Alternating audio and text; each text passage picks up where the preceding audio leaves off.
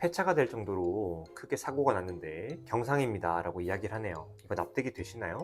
분명히 몸은 여기저기 다 아픕니다. 목도 아프고 허리도 아프고 움직이기도 힘들어요. 그런데 보험사에서는 가벼운 상해 환자라고 분류를 합니다. 그리고 그 순간부터 치료도 보상도 전부 제한이 걸리기 시작하죠. 자, 오늘 영상에서는 왜 이런 일이 생기는지, 상해급수라는 제도가 어떤 구조인지, 그리고 이게 무슨 문제를 만들어내는지 아주 정확하게 짚어드리겠습니다.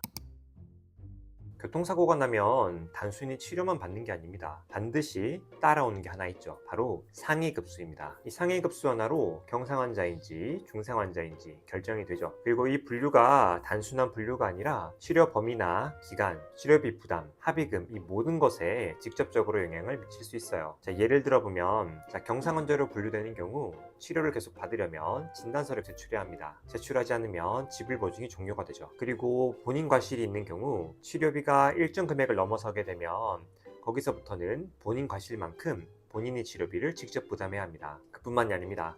자, 앞으로는 경상환자의 향후 치료비 지급이 제한되고 사실상 8주 이상은 치료받기가 어렵게 제도가 개선될 예정이에요. 즉 경상으로 분류되는 순간 치료의 자유도가 크게 제한이 될 수 있다는 걸 꼭 이해하고 계셔야 해요.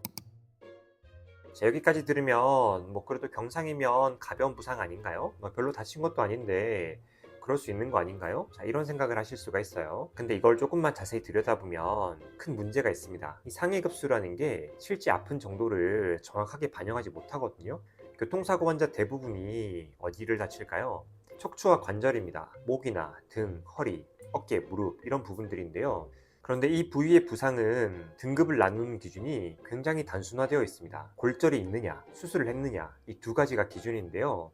골절도 없고 수술도 하지 않았다면 전부 경상입니다. 자, 근데 이게 왜 문제가 될까요? 실제 진료 현장에서는 이러한 기준이 현실을 정확하게 반영하지 못하기 때문입니다. 자, 예를 들어 보겠습니다. 인대에 부분 파열이 있거나 힘줄이 손상된 경우, 디스크가 악화되거나 전신에 염좌가 발생해서 전신 통증이 발생된 경우, 실제 경험해 보신 분들은 알겠지만 생각보다 많이 불편합니다. 일상생활이 어려울 정도로 통증이 느껴지는 경우도 있죠. 그렇지만 이 사람이 골절이 없고 수술을 하지 않았다면 모두 경상으로 분류가 됩니다. 즉 아픈 정도로 등급을 분류하는 게 아니라 눈에 보이는 손상, 수술 여부만 가지고 급수를 판단한다는 이야기입니다. 특히 기존에 디스크를 앓았던 환자들은 더 큰 문제가 생길 수 있죠. 원래 있던 디스크 때문에 통증이 있어서 치료를 열심히 해서 증상을 개선시켰습니다. 그런데 사고가 발생하고 다시 증상이 나타나는 경우 원칙대로라면 9급에 해당하는 상해급수를 인정받을 수 있지만 현실에선 그렇지 못합니다. 원래 있었던 질환 아니냐, 사고 때문이라고 보기 어렵다, 이런 이유로 인해서 부상 정도를 제대로 인정받기가 굉장히 어렵습니다. 그래서 실제로 사고 이후 더 심해졌는데 여전히 경상으로 분류되는 거죠.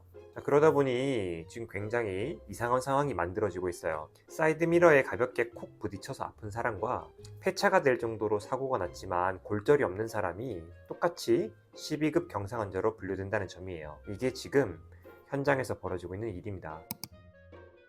그럼 이게 왜 이렇게 바뀌었을까요? 기존에는 상해급수 분류가 이런 식이 아니었습니다. 2014년 이전에는 척추나 하지에 염좌는 9급, 상지에 염좌는 10급으로 분류가 됐었거든요. 그런데 염좌는 검사로 확인이 안 되고 환자의 주관적인 통증 호소에 의존한다는 점 때문에 과잉 진료가 생길 수 있다는 이유로 2014년부터 척추와 관절의 염좌가 모두 12급에서 14급 경상으로 분류되기 시작합니다. 이 개편 이후 굉장히 큰 변화가 생겼는데요. 과거에는 1급에서 11급까지 해당하는 중상환자와 12급 이하의 경상환자 비율이 약 5대5 정도였었거든요.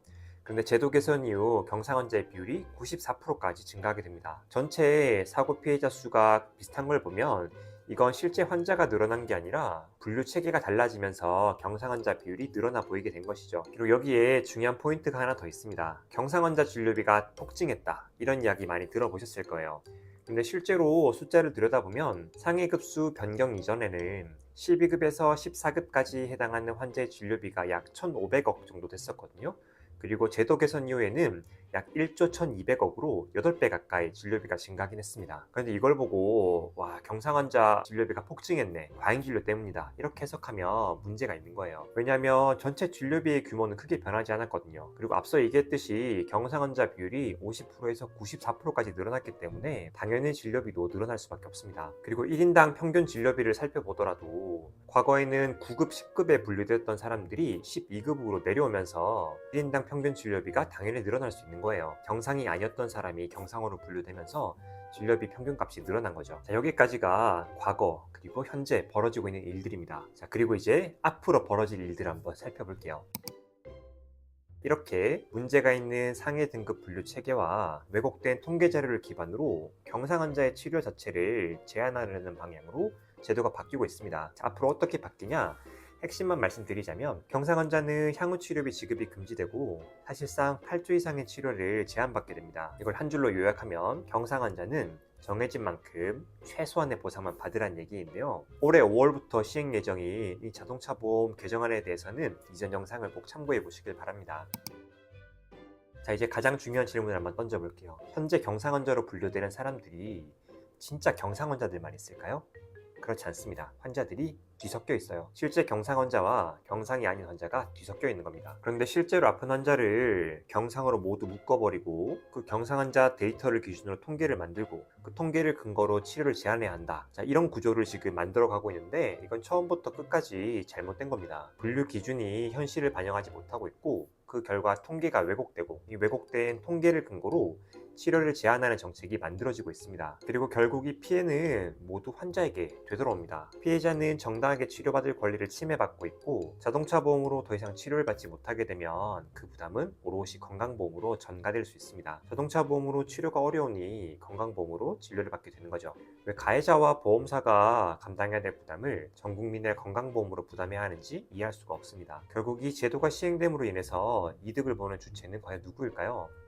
곰곰이 생각해 볼 필요가 있습니다. 자, 이어지는 영상에서는 경상 환자의 치료 제한이 왜 건강보험의 부담으로 전가되는지 그 이야기를 한번 해보도록 할게요.